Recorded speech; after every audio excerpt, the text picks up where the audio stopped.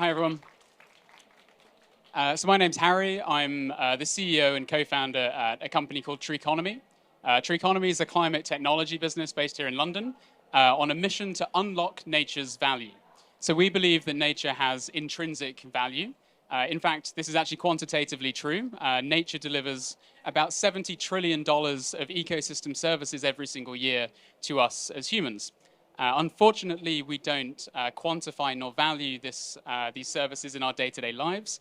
If we did, we'd have a mechanism to significantly fund nature restoration at scale. As a business, we have a North Star mission, which is basically to enable nature restoration on a for-profit basis to sit as an investment in our pension schemes. This is quite a large, somewhat arrogantly broad ambition. So we've had quite a lot of support to date and are very fortunate to have some ongoing support as well. We're part of the Centre for Climate Change Innovation, now known as Undaunted, here in London, which is giving us a lot of good access to the Grantham Institute's climate experts. We're part of the European Space Agency Business Incubation Centre, also part of Microsoft Sustainability, AI for Sustainability program. So we're very grateful for all of their support. The team and I are here today. We're at stand C32, so if you've got any questions that I can't answer, please come over and pester us, preferably them. And with that out of the way, I'll get started. So every single year, we emit 50 billion tons of CO2 into the atmosphere. The science is very clear. If we breach 1.5 degrees in global warming, we're risking irreversible tipping points. So 1.5 is material. We're already at 1.1 degrees, and the news from last week is we're probably going to breach 1.5 by 2027. We know that we need to bring global emissions to zero, or net zero, by 2050. The good news is that some action is now starting to occur. 21% of the world's largest companies have now set net zero targets. That's $14 trillion of sales between them. The net in net zero basically means that we're going to have to remove CO2 from the atmosphere. In fact, we're not going to have to just remove CO2 to get to net zero. We're also going to have to unwind a likely overshoot of 1.5. So we have to go net zero and then net negative. So that means that carbon removal is going to be a really big deal. And in fact, the market for carbon removal is going to be absolutely huge. In terms of carbon markets and carbon removal, how this operates, broadly, we have two markets. We have compliance and we have voluntary. Compliance markets are the really big ones. It's about 11.8 gigatons. It's about 11 of the 50 I've just shown is covered by these compliance markets. And then the second side of this is voluntary. So voluntary carbon markets. This is where carbon offsets live. It's the one that gets told off and has the bad reputation. It's about 200 megatons or so, so it's 50 times smaller than compliance markets. But it's where corporates and companies and individuals come to offset their emissions. 95% of the voluntary carbon market is avoided emissions, so not chopping down tropical rainforests or transitioning energy from emitting to less emitting fuel sources, which leaves about 5% of a very small market today as carbon removal. If we look at decarbonization scenarios, we know that by 2030, we're going to need about 1 billion tons of carbon removal from a few million tons today. And then by 2050, we need between 5 and 15 billion tons. This is a 20,000 times increase over the next 30 years, a compound annual growth rate that's actually higher than Amazon's stock price since it's gone public for an entire market. So it's absolutely huge. Now, the issue is there's just not enough supply. Investors are not putting money to work today to invest into projects that will produce carbon removal that we know and will simply have to need in the future. It's a little bit like an infrastructure project. We need upfront capital, capex, at the billions of dollars to produce carbon removal and associated cash flows in the future. Now, nature restoration is our best technology today for removing and storing CO2 from the atmosphere.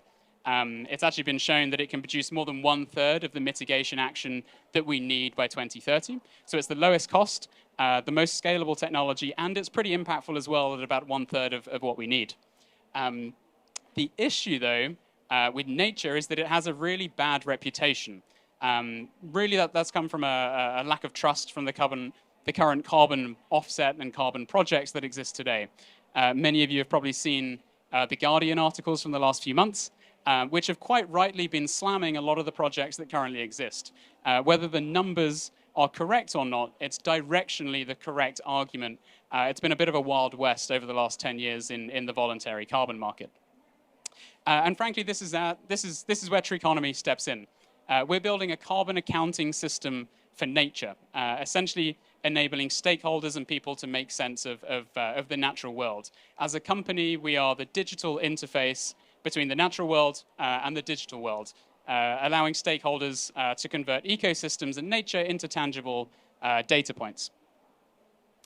We're building a platform product called Sherwood. Sherwood is basically designed to connect projects, so prospective schemes that need funding. So whether these are afforestation or rewilding projects, with these large infrastructure investors and pension funds that are putting money to work, as well as carbon buyers in one ecosystem. It's a vertical stack as a platform designed to unlock significant funding towards these projects at scale.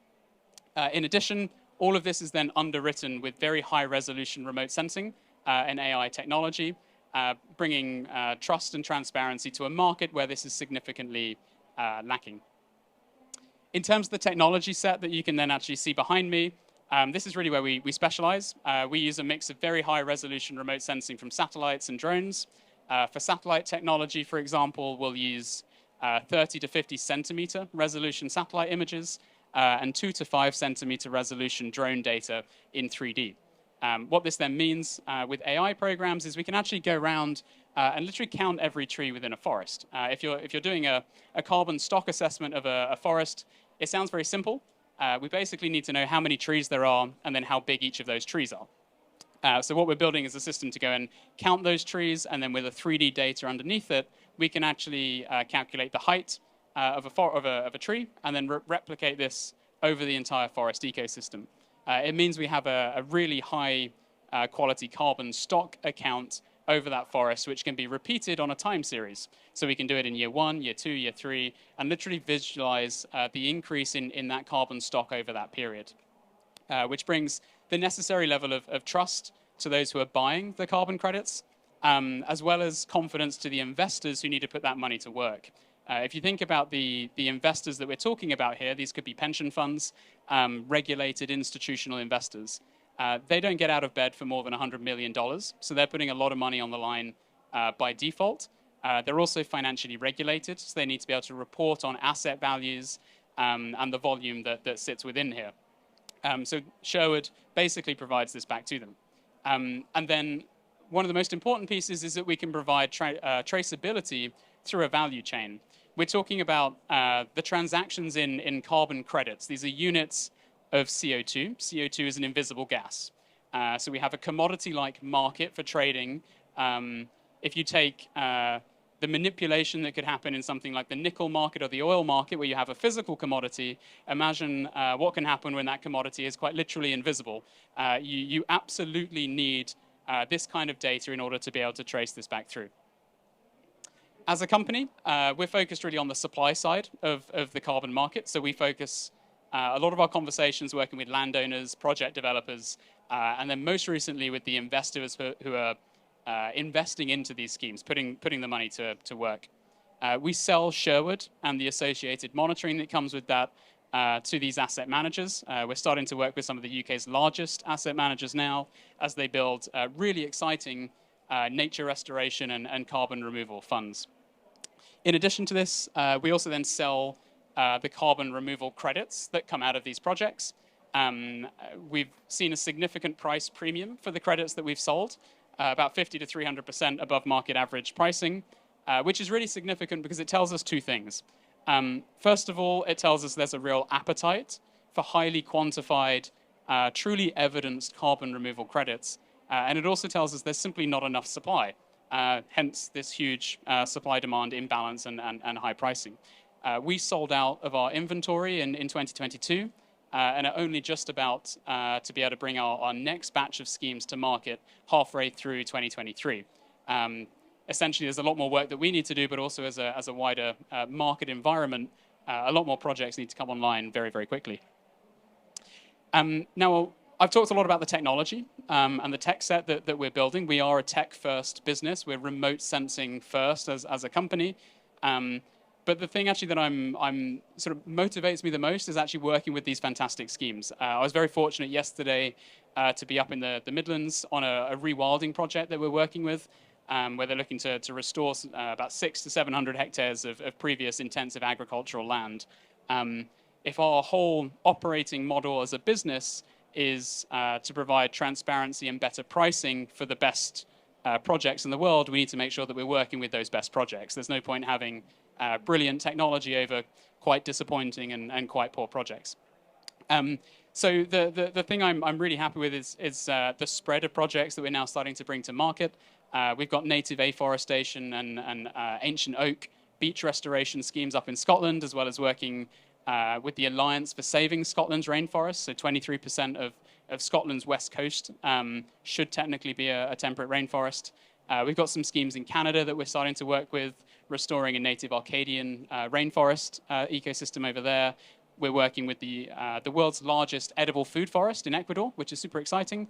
And of course, the wilding projects that we have back here in the UK. So that's pretty much everything I had to say. Our mission as a company is to unlock nature's value.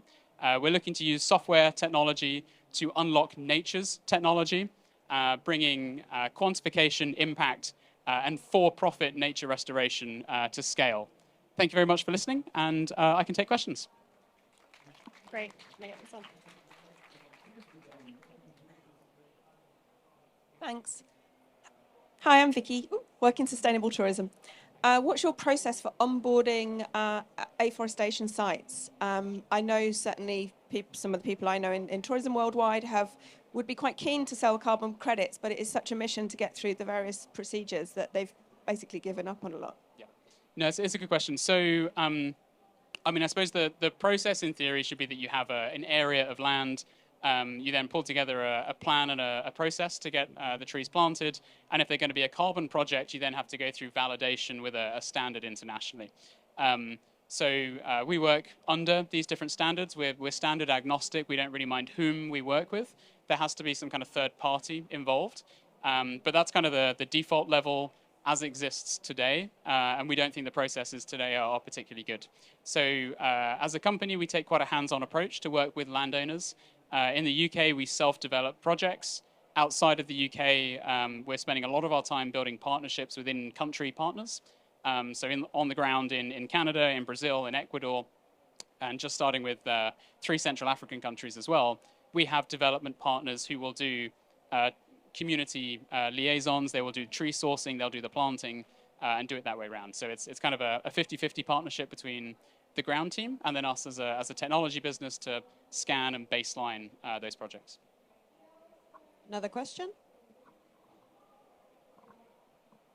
I'll go. A question about the co-benefits of your project. Have you looked into quantifying those? Yep. And how would you go about that, or have you considered going about that?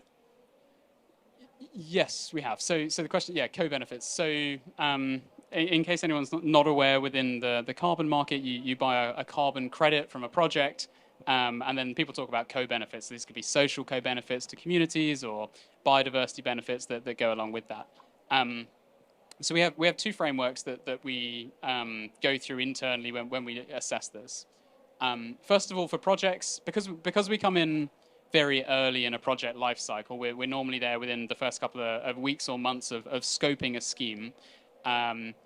We have the capacity essentially to influence how these schemes are going to be designed. So we have a policy of up to 75% of trees planted have to be native species in pretty much all cases,